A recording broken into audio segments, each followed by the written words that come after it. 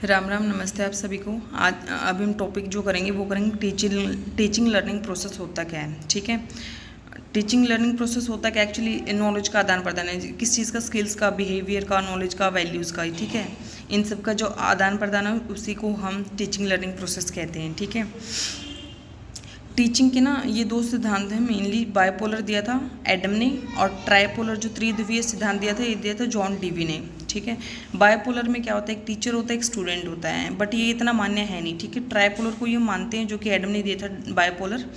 Tripolar John Dewey ने दिया था, इसमें एक टीचर, स्टूडेंट और करिकुलम। ठीक है, करिकुलम में एक्टिविटीज़ जो होती हैं करिकुलम के अंदर वो सब। बाइपोलर में फर्स्ट पोल टीचर होता है, सेकंड पोल स्टूडेंट होता है। एडम ने दिया था, इसकी बुक, इनकी जो बुक थी एडम की वो थी एजुकेशन एंड सोसाइटी।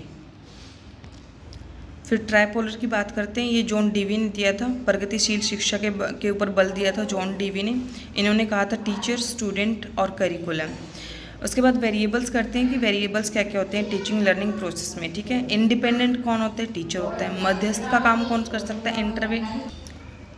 इसमें तीन है, इंडिपेंडेंट टीचर होता है, मध्यस्थ इंटरवे का काम जो करता है इन्वायरमेंट होता है या करिकुलम भी बोल सकते हैं। डिपेंडेंट होता है स्टूडेंट टीचर के ऊपर या इन्वायरमेंट के ऊपर। ठीक है, उसके बाद टीचिंग के फेजेस के बारे में बात करते हैं। शिक्षण के चरण कौन कौन से होते हैं, इसमें मेनली 3 चरण हैं। प्रीएक्टिव, जहाँ पे लेसन प्लानिंग वगैरह आ जाती है। प्रीएक्टिव मतलब पढ़ाने से पहले हम क्या करते हैं, प्लानिंग करते हैं ना पूरी, वो लेसन प्लान प्रीएक्टिव में आएगा।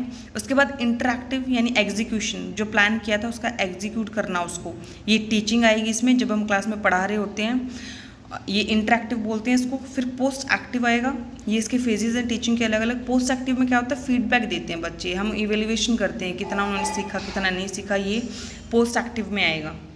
फिर उसके बाद एक छोटा सा ये टाइप्स ऑफ एजुकेशन, कि एजुकेशन कैसे कैसे लेते हैं। एक तो फॉर्मल एजुकेशन होती है जो हम स्कूल या कॉलेज में जाके रेगुलर स्कूलिंग से इनसे लेते हैं। ठीक है, उसके बाद इनफॉर्मल एजुकेशन है जो हम कहीं भी एनी टाइम एनीवेयर कहीं भी सीख सकते हैं, उसको इनफॉर्मल बोलते हैं।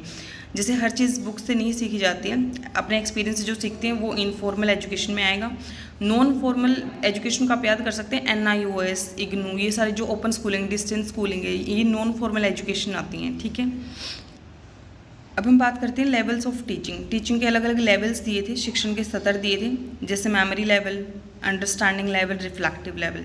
जो मेमोरी लेवल दिया था ये दिया था हर्बर्ट ने, अंडरस्टैंडिंग लेवल दिया था HC मॉरिसन ने, रिफ्लेक्टिव लेवल दिया था हंट ने। ठीक है, memory Herbert, understanding Morrison, reflective Hunt, understanding Morrison, memory Herbert.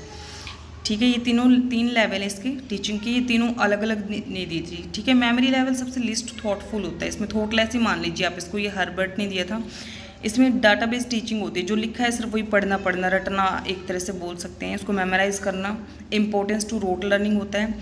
ये जो मेमोरी लेवल है ये ब्लूम के नॉलेज से मेल खाता है। अगर ऐसे पूछ लिया जाता है क्वेश्चन में कि कई बार मेमोरी लेवल जो है ये ब्लूम के किस उससे है, तो ये नॉलेज लेवल है जो ब्लूम का, उससे ब्लूम टैक्सोनॉमी थी। ठीक है, इसमें क्या आता है, मेमोराइज यानी याद करना, रिटेन करना। इसमें 4 प्रोसेस होते हैं। सबसे पहले मेमोराइज याद करते हैं, फिर रिटेन करते हैं, धारण करते हैं, रिकॉल करते हैं, पुनः स्मरण करते हैं, फिर रिप्रोड्यूस करते हैं यानी प्रस्तुतिकरण करते हैं।